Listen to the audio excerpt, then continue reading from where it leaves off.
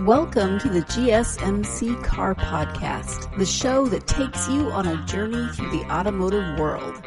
We talk about the latest news, from new makes and models to new technology to all of the must-have options available.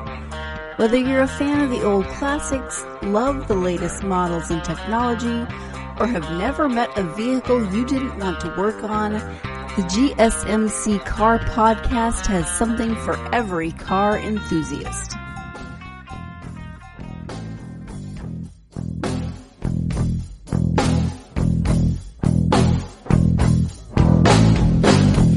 All right, welcome. Thank you for tuning in to the GSMC Car Podcast, brought to you by the GSMC Podcast Network.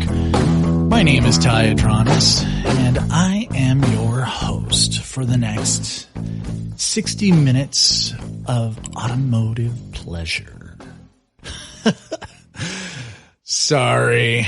Okay, so what do we have for you today? We're going to skip right past the automotive news. I'm only going to do that once a week.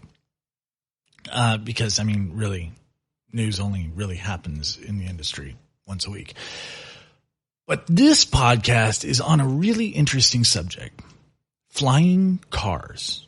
You've probably fantasized about it like I have ever since, Star Wars, with the land speeder, Buck Rogers, if you're my generation, The Fifth Element, if you're the next generation, almost any sci-fi movie, there are flying cars. And you've certainly fantasized about having a flying car if you've ever been stuck in traffic, right? God, wouldn't it be nice if I could just lift off and fly home right now? Yeah, it would. It would. Actually, my fantasy when I'm stuck in traffic is a car that like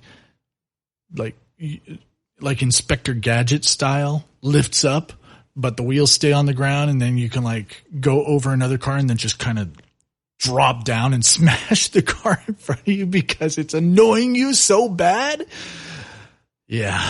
I may not be a good person. Anyway, so flying cars, they're a reality. They exist. They're out there. You can actually fly one, and we'll get into that in a little bit because I actually got invited to go fly one. I haven't done it yet. I don't know when I'm going to do it, but I got my little ticket in hand to go do it. So I'll tell you where you can do that, and you don't even need a pilot license. It's kind of cool. But what is a flying car? Because the definition seems to be blurred a lot lately, and I apologize. Next week, I'm going to fix this chair. I'm going to get some WD-40 and get rid of this squeak.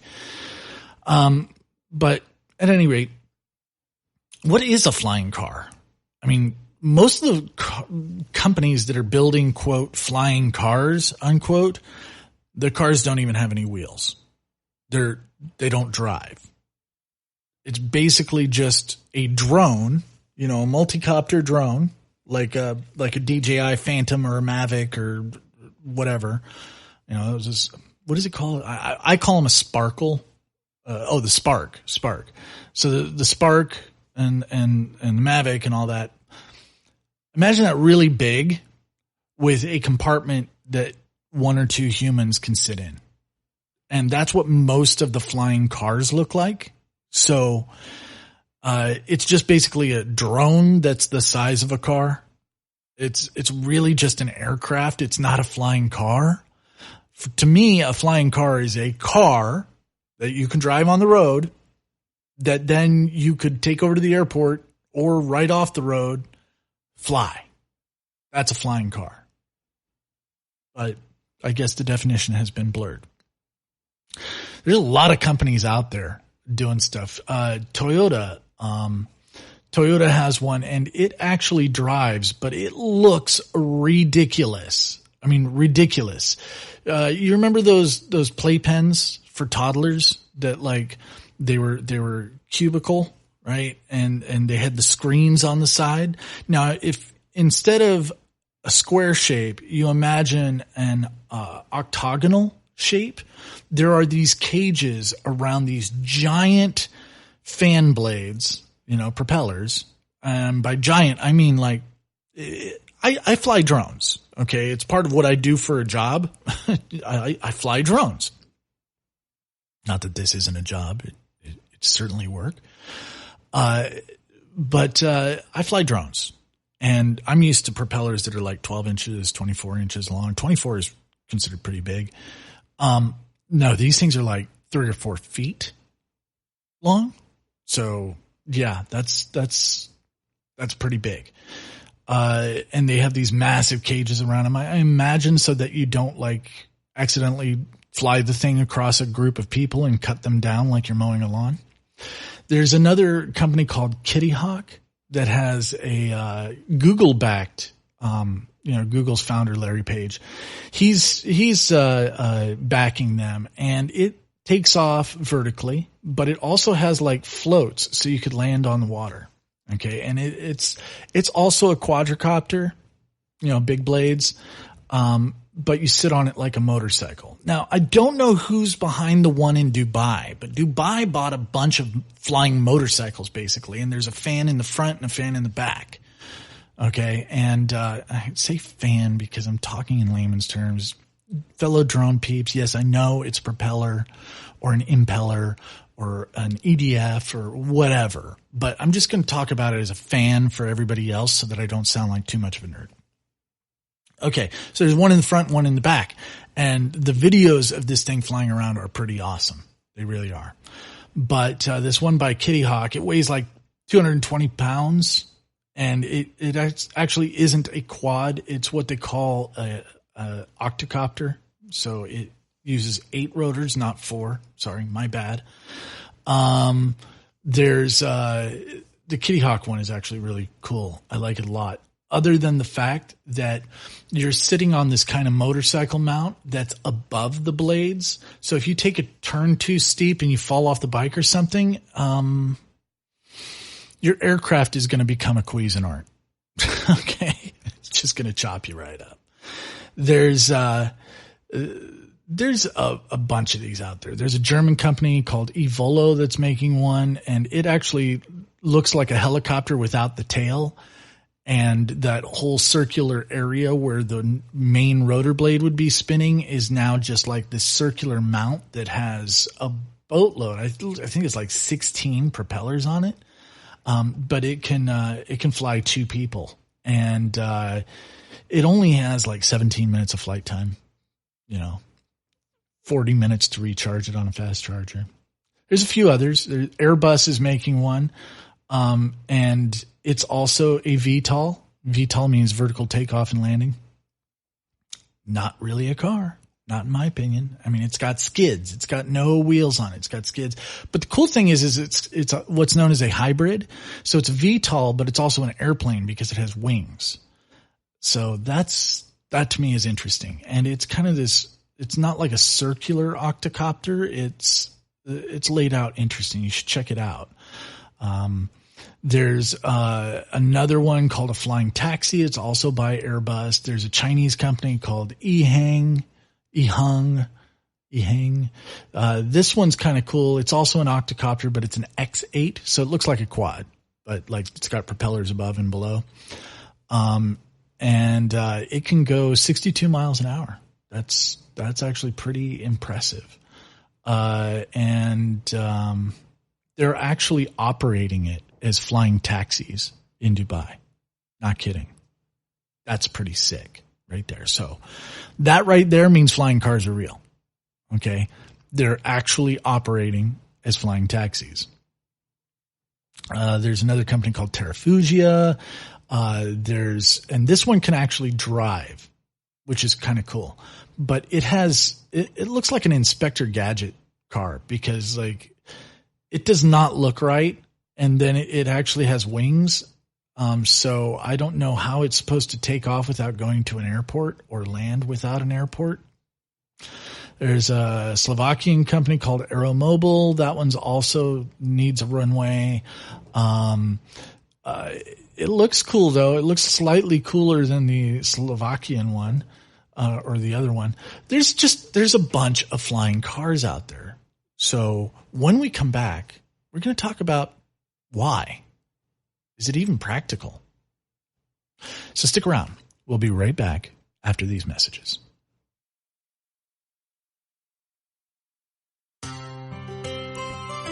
Are you a business owner?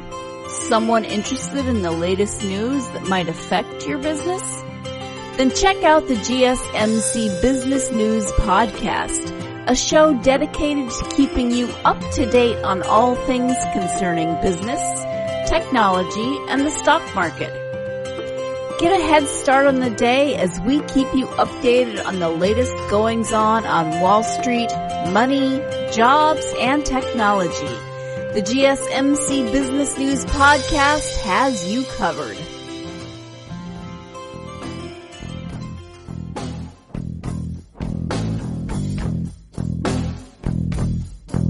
All right, welcome back to the GSMC Car Podcast.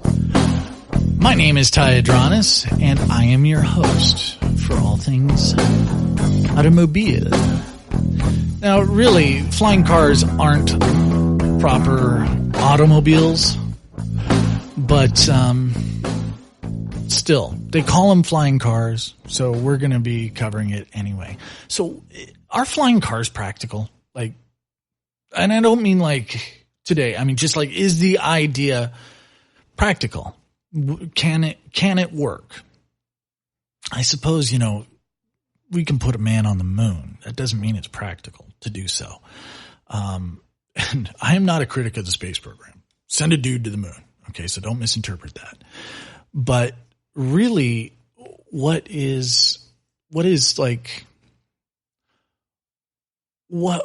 are all the hurdles that you would have to overcome in order to mass manufacture, invent, manufacture, distribute, and sell and fly flying cars? Okay. So first of all, there really isn't an NTSB safety certification test for flying cars. Okay. Regular cars, you crash them into walls, you crash them into other cars. You have side impact, you have front impact, you have front quarter panel, rear quarter panel, all these tests for crashing the car for the NTSB tests. There are tests for aircraft as well. They have to do with crashing it and whether or not it'll explode and whatnot. But most of these flying cars, the reason why you don't have to have a pilot license to fly them is not because they're small. It's not because they're flying cars and not airplanes. It's because they're considered experimental aircraft. Now, we all know, if you know who John Denver is, Rocky Mountain High. Yeah, Puff the Magic Dragon, all that stuff. Was that John Denver? I think it was. I'm not sure. But at any rate, so I got sidetracked there with Puff the Magic Dragon, which is ironic if you think about it. But he crashed his experimental aircraft and died. Okay. Was that Bob Denver or John Denver? Oh my gosh, I'm getting my Denvers confused. Anyway. So yeah, I think John Denver. Yeah, John Denver. This isn't a music podcast, so who cares? They crash a lot. These experimental aircraft, they crash a lot. Okay, so you got to be careful that way. But, so you don't need a pilot license to fly it.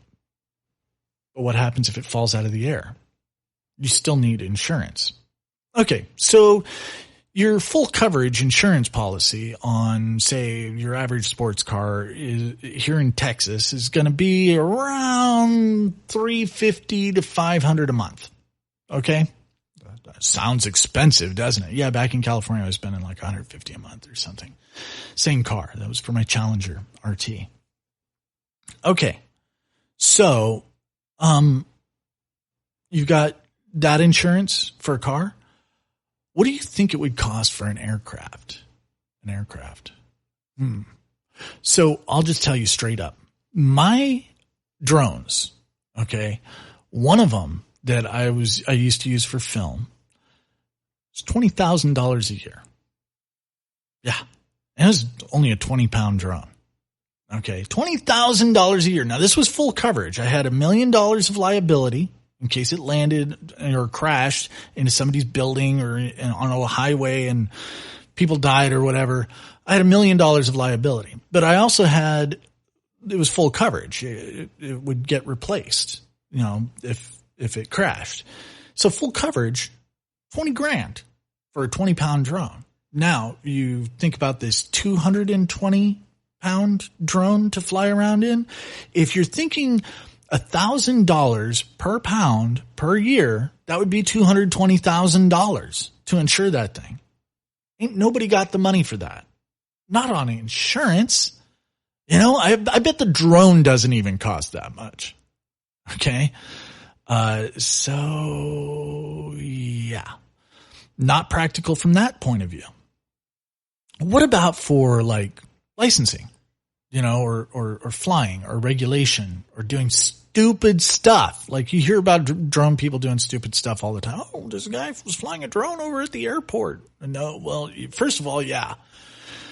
Don't buy your kid a drone for Christmas. Okay. Because that's the kind of stuff they're going to do. When I was a kid, that's the kind of stuff I would have done if drones were around. So, yeah. But, like, seriously, there's no roads in the sky.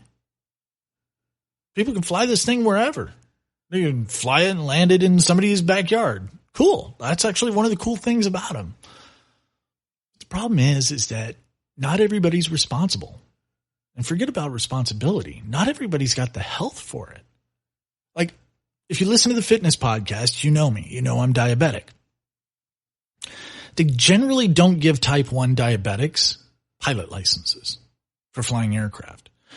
And and I don't mean drones. I fly drones and I've got my drone license, but for flying an aircraft, yeah, no, you're not going to get a pilot's license unless you know somebody. There's like maybe one or two or three pilots ever that are diabetic. And most of these pilots were pilots before they became type 1 diabetics. So you can't like go in and become a pilot. It's just not going to happen. The odds are not in your favor. So the reason for that is there's no 7-Elevens in the sky. If you're having a low sugar or whatever, you're not going to be able to stop for orange juice. What if you're suffering from heart failure? What if you have retinopathy or glaucoma or any of the other things that keep you from getting a pilot license? There are valid reasons for these people not to have pilot licenses. So flying car, yeah. In the age of inclusivity, yeah, you're going to exclude a lot of people from being able to fly. So that's not quite practical. What about autopilot? What if they don't have to fly? What if it just flies themselves? I mean, a lot of my drones will do a lot of my missions by itself, except for one thing. If everybody's got a flying car, you're sharing the sky with a lot of stuff. So the technology is, just trust me, collision avoidance, it's just not there yet. Okay. To be able to fly full throttle, straight line, somebody else flying full throttle towards you and be able to miss each other. Yeah. That's not a thing yet. Okay. Not really. Not when you're talking about the quantities of aircraft you'd have flying around in the sky. Now let's talk about noise. Have you ever heard a small drone? It sounds like a swarm of angry bees. Now picture that in the size that could carry 2 people. Okay. So you're talking 2 pounds, sounds like a swarm of angry bees. 210 pounds. Well, that's basically 4 full-size Cessna props. Unless it's an Octo, which is now 8 or 16 or 32 some of these have. So it sounds like a squadron of Cessnas flying. It's going to sound like World War II. Like, oh my gosh, the flying tigers are coming in to get us. So try imagining what your neighbors would say or what you would say if your neighbor landed one of those in their driveway. You'd be like, dude, what the F? You know, they come flying in at 1 a.m. after going out with the guys after work on a Friday night. You're like, 1 a.m? Really? Are you like doing a World War II bombing run or what? Okay. So stick with us. When we come back, we're going to be talking more about flying cars. You're listening to the GSMC Car Podcast. Tired of searching the vast jungle of podcasts? Now listen close and hear this out. There's a podcast network that covers just about everything that you've been searching. Hey! The Golden State Media Concepts Podcast Network is here. Nothing less than a podcast bliss with endless hours of podcast coverage. From news, sports, music, fashion, cooking, entertainment, fantasy, football, and so much more. So stop lurking around and go straight out to the Golden State Media Concepts Podcast Network. Guaranteed to fill that podcast itch. Whatever it may be. Visit us at www.gsmcpodcast.com. Follow us on Facebook and Twitter, and download us on iTunes, SoundCloud, and Google Play.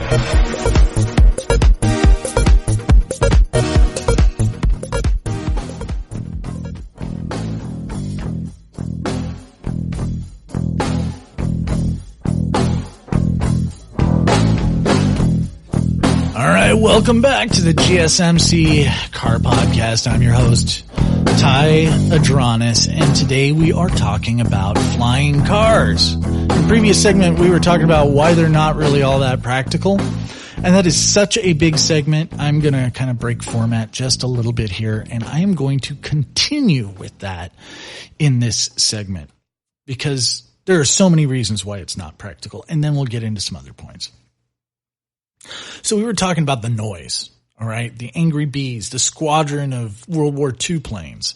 Okay, that's what these things sound like. They're ridiculously loud. So can you imagine? I mean, if you've ever lived by a highway, you know how bad the sound can be. I mean, they build these cement walls next to the highway, not to hide your neighborhoods from the cars. They're literally sound barriers. That's what they call them, sound barriers, to keep the sound away. But when somebody's flying around in the air, you're not keeping the sound away. Okay? You can't replace those props with jets for a lot of reasons. One of them is fuel efficiency. Another one is even more noise. And another one is the way that these multicopters fly is off of Newtonian physics, right? So you've got you've got a quad. This is the reason why also they have like even numbers of blades. Okay. So say you've got a quad, that's 4 blades. Okay. You have 2 blades spinning, one direction. We're just going to call it clockwise, right? And they're diagonal from each other. And then you have 2 blades spinning the other direction and they're diagonal from each other too. Okay. So what happens when obviously when you want to go forward or back or side to side, the whole thing tilts and it directs the thrust, forward or back or whatever, and it pushes off the air.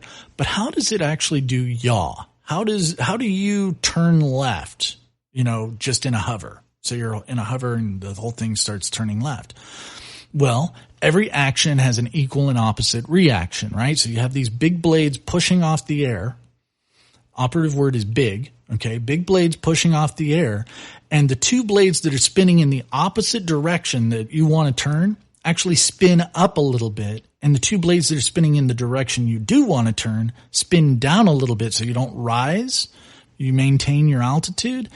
And that, because they're spinning in the opposite direction and they're cranking out more power, and the ones that are spinning in the same direction are that you're trying to turn are cranking out less power, you're actually pushing off the air, and the opposite reaction is that you're getting that yaw.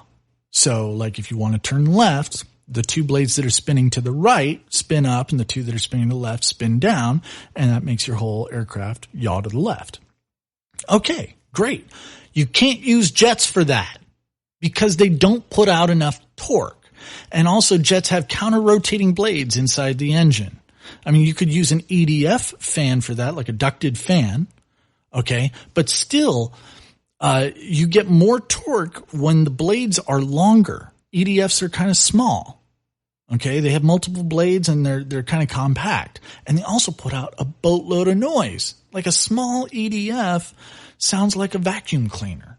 Okay.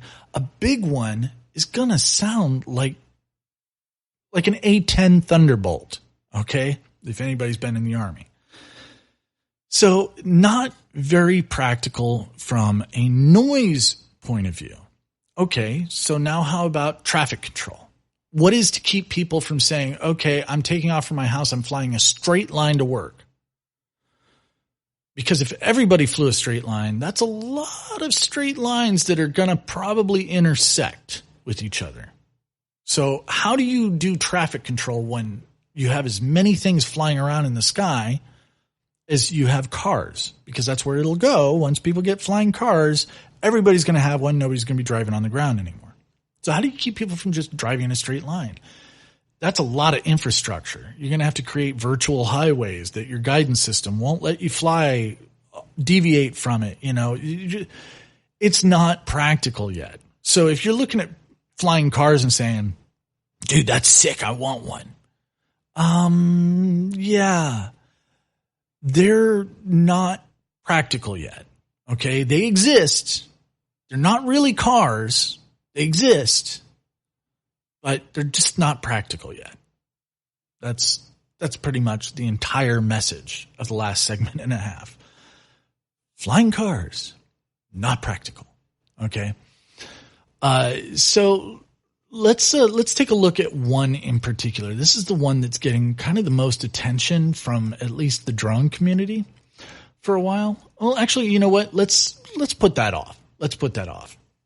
Instead, I'm going to talk about the flying car I'm going to have an opportunity to fly. So there's this company called Lift Aircraft. And if you've ever done iFly, okay, which is like indoor skydiving, okay, it's kind of like that for flying cars. No, you're not flying around indoors, okay? It's a service where you can go pay money and they will take you and let you fly a flying car for a while. Okay. That's the long and the short of it, or the short of it. Now the long of it. So I got invited to go do this. I'm known in the drone community. I'll just put it that way. So, I've got this, I have no idea when I'm doing it. I've got this invitation from them. But you can do it too. I think it costs like a couple $100 or something. I can't wait to tell you guys how it goes, because it's always kind of been a dream of mine to ride around inside of a drone. And that's pretty much what this is. It's a giant 16 blade drone, that you can sit in. It seats one, and it's a flying car.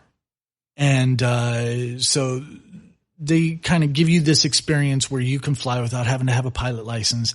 And if you start to lose control of the aircraft, somebody on the ground will take control of the aircraft remotely and bring it back. Scary, right? Well, you need that. If you're going to have a flying car, you need that kind of deal where, like, if the person's an idiot flying the thing, it's not going to fall out of the sky and kill 20 people. You need a deal where, like, if the person gets in trouble, either the computer on board or somebody back at, like, you know, Acme Drones corporate office can take control and land it. But, so there's a lot of impracticality there. I mean, can you imagine how much you'd freak out if somebody took control of your car and parked it? Well, wait, I don't mean valet parking. Okay. What I mean is, like, you're in the car, you're driving around in your Challenger. Okay. And somebody over at Dodge takes control of your car and parks it for you because they just decided you were driving too fast. Yeah. I'm not picturing that working very well. So stick with us. We're going to go for one more break. And when we come back, we're going to talk about some of these manufacturers and how serious they're taking flying cars. So stick around. We'll be right back after these messages. Do you work in the world of marketing and advertising? Are you a media buyer or the owner of an agency? Have you been looking for a podcast to help stay on top of all the goings on of those worlds? The GSMC Marketing News Podcast is dedicated to keeping you up to date on all things concerning marketing and advertising. Get the latest marketing news, from what major businesses have planned for the coming year to the newest trends in advertising, from podcasts, digital and streaming, to the old standbys of radio, television, and billboards. The GSMC Marketing News Podcast has you covered, whether you're a marketing agent or a business trying to expand your brand.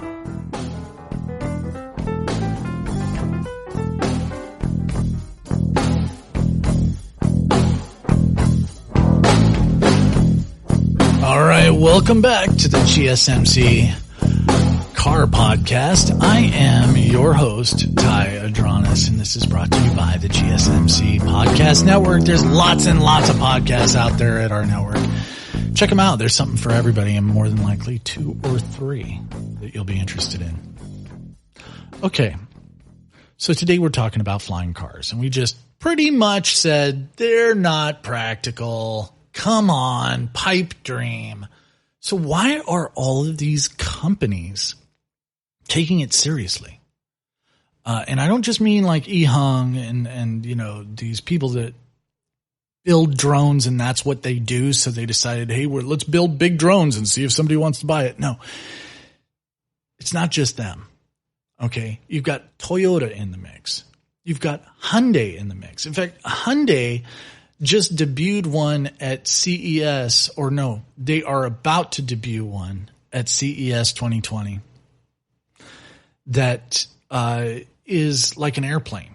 So the idea is that you drive it to your local airfield, because if those drone pilots that are out there, you've looked at air charts. Okay, if you're a 107, you've looked at air charts, so you know, there are airfields freaking everywhere, like everywhere. I'm not talking like, Dulles or, LAX or, Denver International or any of these other major I'm not talking about a major airport. I'm talking about a small airfield where like crop dusters can take off, or private planes, or you can rent a Cessna if you have a pilot's license. Those kind of airfields, the small ones, they're everywhere. I mean, you can't take a dump without hitting one of these airfields.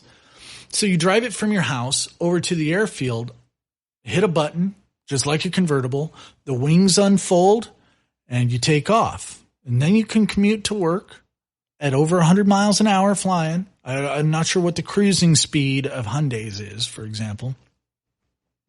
Fly to work, land at the next airport, wings fold up, then you drive to your office and you can park it in a standard parking spot. That is probably the only practical flying car, and it is a true flying car because it's a car that is also an airplane. It's the only, practical flying car that I can think of that I've seen yet. And it's because it takes off from an airport, because it's an airplane, because it's fixed wing and all that stuff.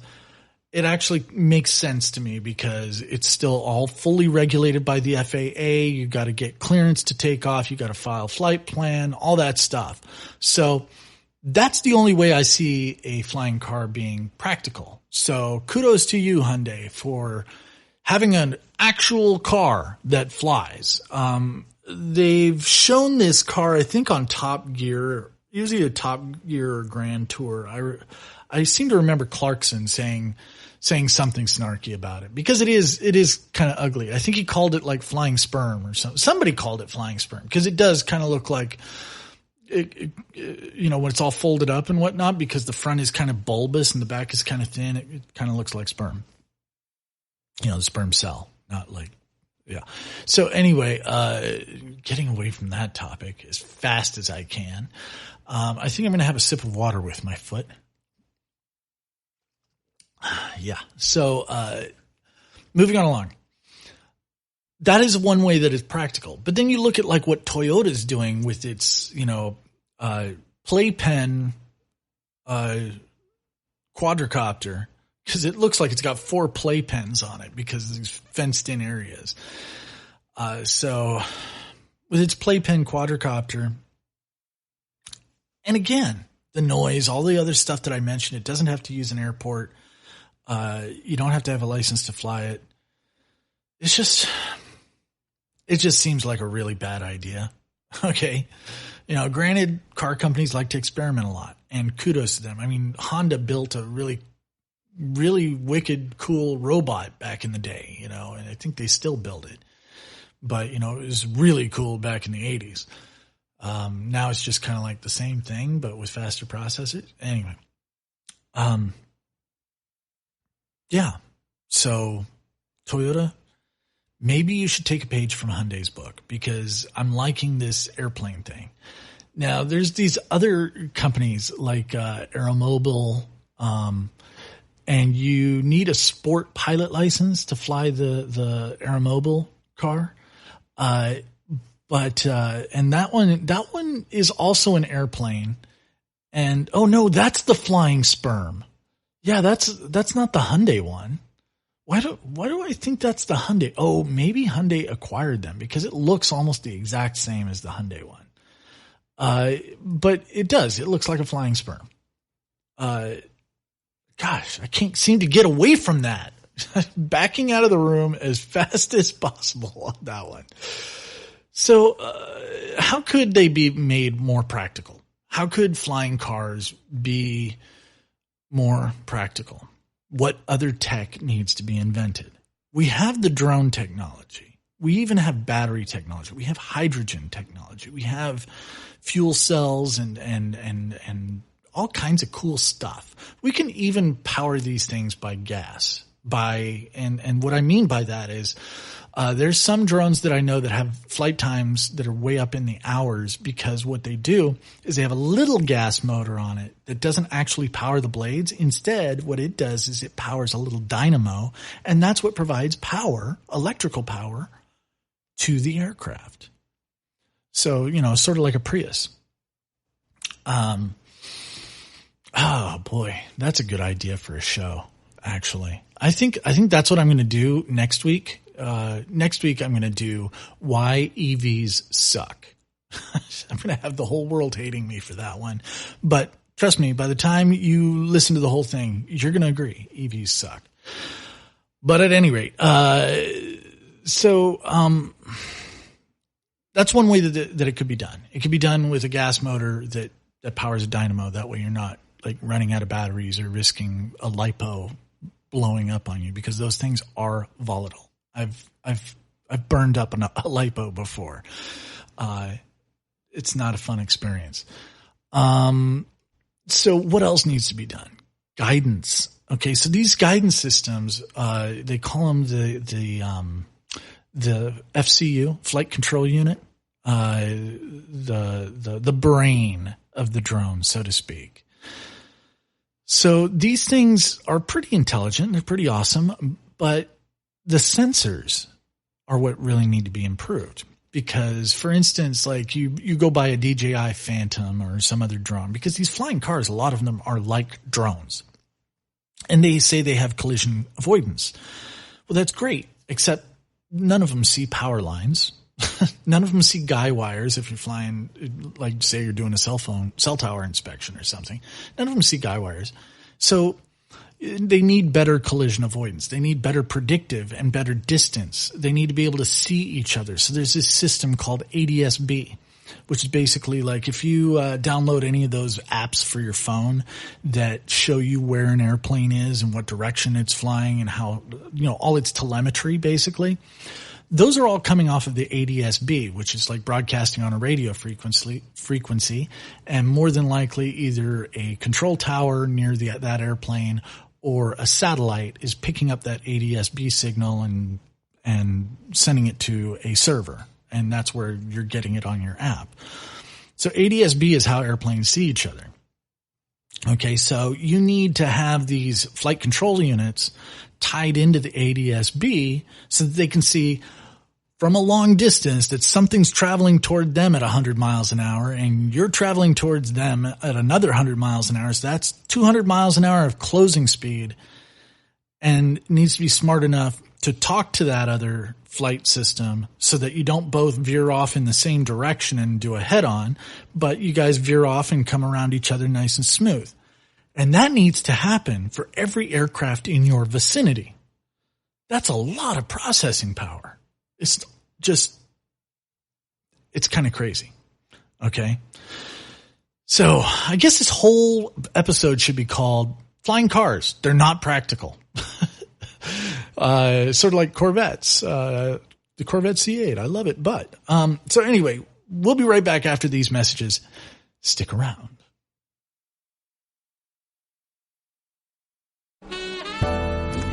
Are you looking for a podcast that gives you all of the latest news from the world of finance? Then check out the GSMC Financial News Podcast.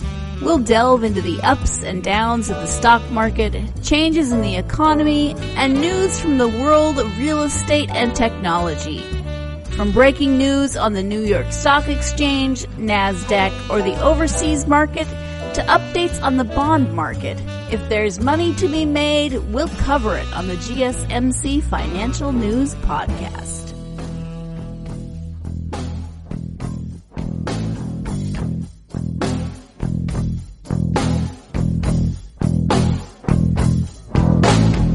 All right, welcome back to the GSMC Car Podcast. I'm your host, Ty Adranis. Today we're talking about flying cars. And pretty much we're talking over and over and over again why they're not very practical. Because they're just not. They're not practical. So we were just talking about why what kind of processing power they would need to be able to do collision avoidance. Cool. So some of you might be saying, why don't they just like have a remote control that the FAA can make them veer away? So let me see if I understand this argument properly.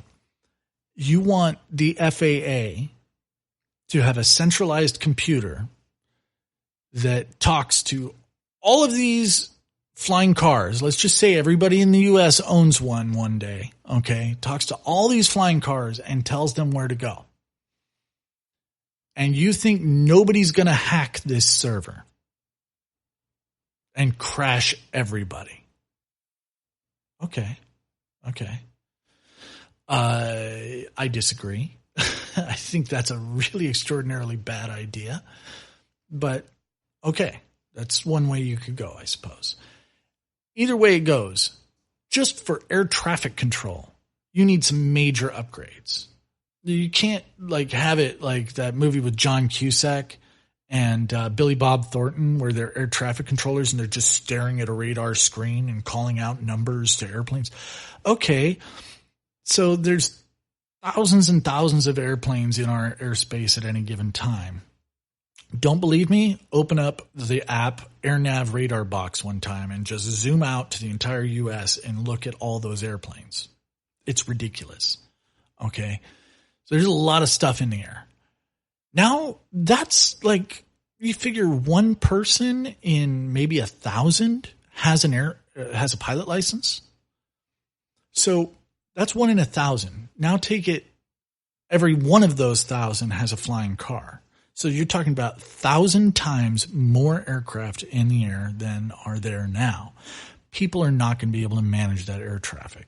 Okay. Air traffic control is already like a super stressful job that people burn out of very, very quickly.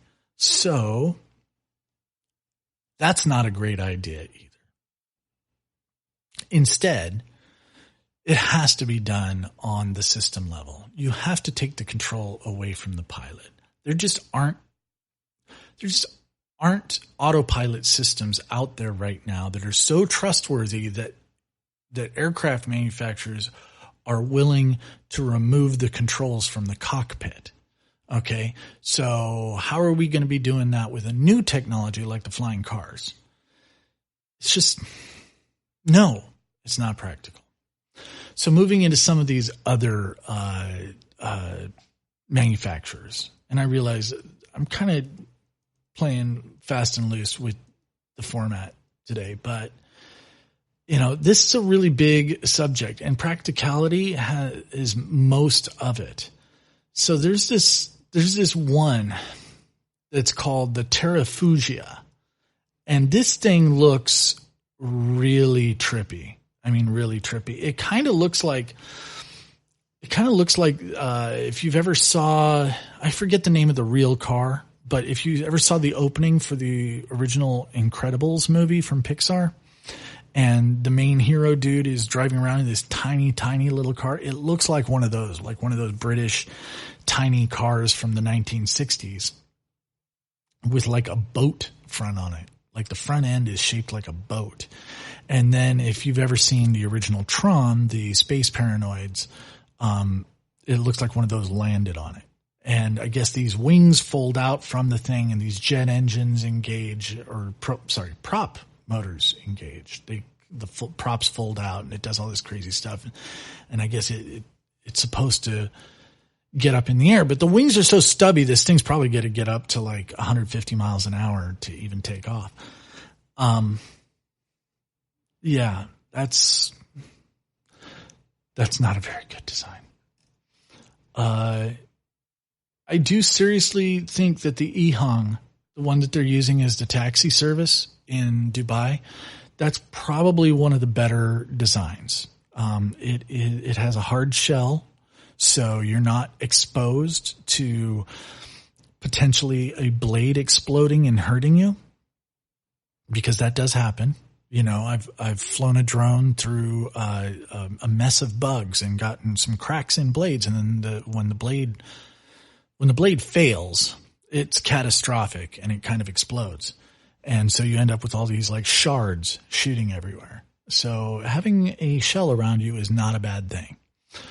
And they're actually using it in Dubai. I really have to check into this thing more, because the last I heard with this EHang system, it was just kind of okay, but I guess they've got a lot of it ironed out now. And they're Chinese though. And Chinese stuff, it freaks me out. Not for the same reason that Chinese manufactured goods used to freak people out, because the quality used to be really low on Chinese manufactured stuff.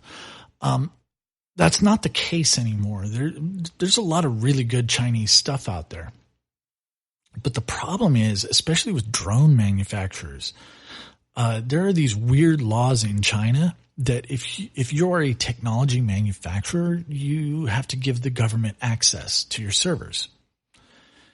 So if this EHang works anything like a DJI drone, where the government has access to the main servers, and whenever you fly the DJI drone, it links up to those servers. It's one thing for me to fly a little toy around to take some pretty pictures and have that.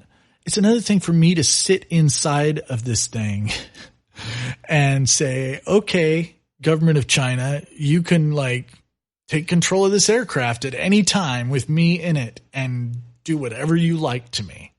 Yeah, I don't trust anybody that much, let alone the Chinese government. So yeah, that's a problem. That's a problem. But I got to tell you, I kind of want to really just take a trip to Dubai now, just so I can take a ride in one of these things, because it's a flying car, dude.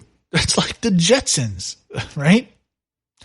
You know, I'm poo-pooing the flying car a lot in this podcast, saying it's not practical, because it's not.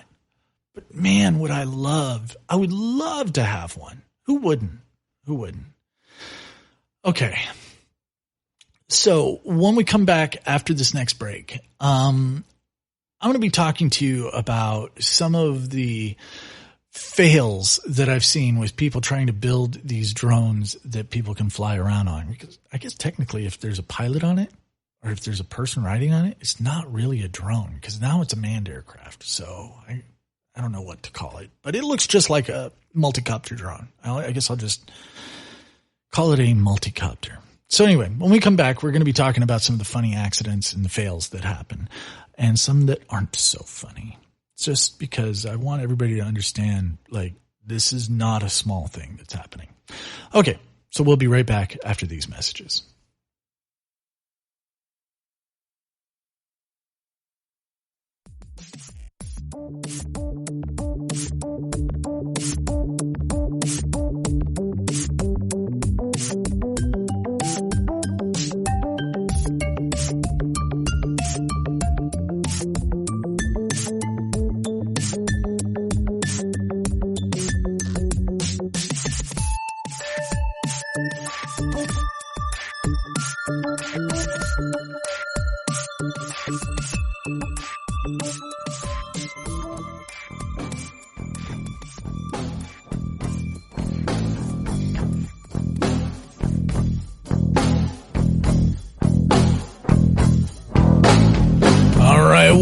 back to the GSMC Car Podcast. My name is Ty Adranis, and I am your host.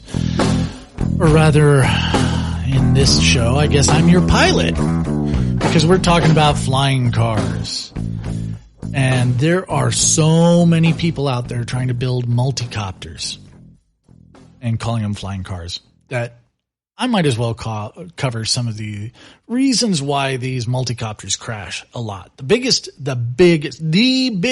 cause of a multicopter crash is a motor. Okay.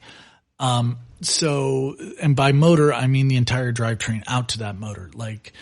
So you have the electronic speed controller, which controls the speed of the motor, which spins the propeller. So when one of those three things burns out, it's usually not the flight controller, the brain that I was talking about. It's usually speed controller, motor, or propeller. One of those things busts. So what happens? Well, in short, you go down. Okay. Multicopters are not like airplanes. An airplane, you lose power, you can still glide it down. A helicopter even. You lose power, you can do what's called auto-rotating. And what that means is that you have no power, but what you do is you angle the blades so that they're not providing lift anymore to where they would be like pushing down if the motor was spinning them. And as the aircraft falls, that pitch of the blades makes the rotor head spin faster and faster and faster. And then a few feet before the ground, you actually pull up on the collective, flip the blades the other way so that now they're pushing down, and you gain some lift and can slow your descent and land nice and gingerly. Okay. I've been in a helicopter that has had to auto rotate before. Scary as hell, but we landed safely. Multicopters are not like that. If you're flying on a quad and you lose power to one of the blades, that thing is going to be doing flips and twists all the way down to the ground. It's got the glide profile of a rock. Okay. So that's pretty bad. So a lot of the people building these, I'm talking about the private DIY type people that are like, oh, I know how to build a drone, so I'm going to build a really massive one and sit on the thing. Okay, cool. Orville and Wilbur Wright. Not a problem. You do that, but do me a favor and don't link up your motors to the same speed controller, and don't hook them up in series, hook them up in parallel. Here's why I say that. Because, people will hook up 16 motors thinking, okay, well, the general rule is you can lose up to a quarter of your blades. Once you lose 25% of your motors, you're gone. So if you're flying a quad, you lose one, it's falling out of the sky. You're flying a hex, you can lose one, but you lose two, that's more than 25%, that's 1/3, you're going down.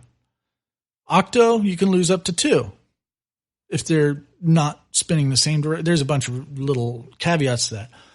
But so what a lot of people are doing is they're building these 16 blade ones, and they're hooking up the speed controllers in series. So one of them burns out or shorts or something, and now you don't have a complete circuit anymore. And you lose everything associated with that speed controller chain. So they're like hooking them up to where it's hooked up like a quad, but with 16 blades. Well, you've lost your redundancy. You screwed up, dude. That's the bottom line. You screwed up. You can hook them up to control like a quad, but you don't want to hook them up for power that way. That's just stupid. So, don't hook them up in series. So if you look on the net, there are a lot of like manned multicopter fails. That's usually why. It's usually they're losing power. Airplanes are awesome because they glide. You lose power, you glide.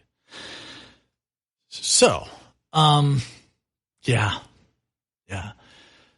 What about like if you hit a bird, because there's something about the sound that these things put out that birds, especially birds of prey, when they're nesting, they cannot resist coming after your drone. So like normal drones, I've been attacked by ospreys, eagles, hawks, those weird black birds, they're like way bigger than crows. So they might be crows, but they're bigger than hawks. I mean, like, yeah, I've been attacked by those things. I've never hurt any birds, luckily, but the potential is there. But what if you hit a bird and you lose a prop? There's just too many things that can go wrong. The glide profile of a rock. Okay, so that kind of flying car is not really, again, it's just not practical. Flying cars, not practical. I give up on that dream. Even though I get to go fly one, I get to go test one, which I think is going to be super cool and super fun. We are so far off. I don't think I'm going to see them in my lifetime be adopted, because there's also just the politics of the whole thing. Like the second you get a federal agency involved on something, then you've got to deal with the lobbyists. You've got to deal with Congress. You've got to deal with oversight. You've got to deal with everything. And the federal agency that governs all things in the air is the FAA. All right. I don't care. All these locales trying to make drone laws and all of that. No. Okay. It's the FAA. Okay. The FAA can maybe delegate some of its authority if it really wants to. But the only people really in charge of the skies are the FAA. So can you picture yourself being at the mercy of a federal agency and everything that is involved in, with the lobbying and everything? You're going to end up with systems that are on there just because somebody's brother-in-law works for so-and-so flight controller manufacturer. It's going to be a nightmare. We are so far off of it. So there's the political reasons, there's the technology reasons, there's the practicality of it. I mean, like, don't we have enough problems with drunk drivers? Can you imagine how many houses will get taken out by some drunk dude with a flying car, right? It's just, there's a lot that can go wrong and only one thing that could go right. And for things to get screwed up, everything that can go wrong must not go wrong. Okay. So thank you for listening to the GSMC Car Podcast, brought to you by the GSMC Podcast Network. I'd like to ask you to please remember to subscribe to the show and write a nice review. It really does help us like a lot. And if you can remember to follow us on Facebook, Twitter, and Instagram, that would be rad. So thank you again and have a good night. I will talk to you guys later. You've been listening to the GSMC Car Podcast, part of the GSMC Podcast Network. You can find this show and others like it at gsmcpodcast.com. Download our podcasts on Apple Podcasts, Stitcher, SoundCloud, and Google Play. Just type GSMC into your favorite podcast app to find all of the shows from the GSMC Podcast Network. From movies to music, from sports to entertainment, from business news to weird news.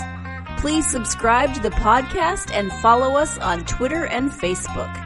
Thank you, and we hope you've enjoyed today's episode.